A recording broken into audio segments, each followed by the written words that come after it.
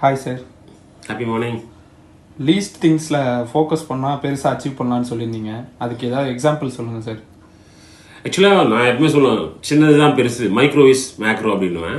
So least things தான் வந்து பெருசுன்னு சொல்கிறத வச்சு கேட்குறீங்க. இது லீஸ்ட் ஆக்ஷன் கம்பெனிக்கு ஒரு அட்வர்டைஸ்மெண்ட்டாக எடுத்துக்கலாம்.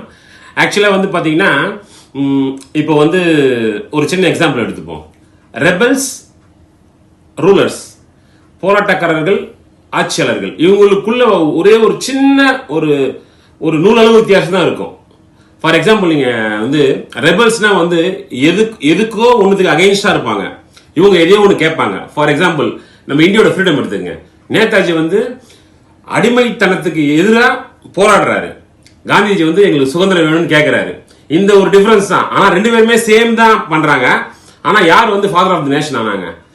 ஸோ வந்து இதுதான் டிஃபரன்ஸ். ஆக்சுவலா என்னன்னு பார்த்தீங்கன்னா, இந்த டிஃபரன்ஸ்ல தான் வந்து லீடர்ஸும் ரிபல்ஸும் மாறுறது.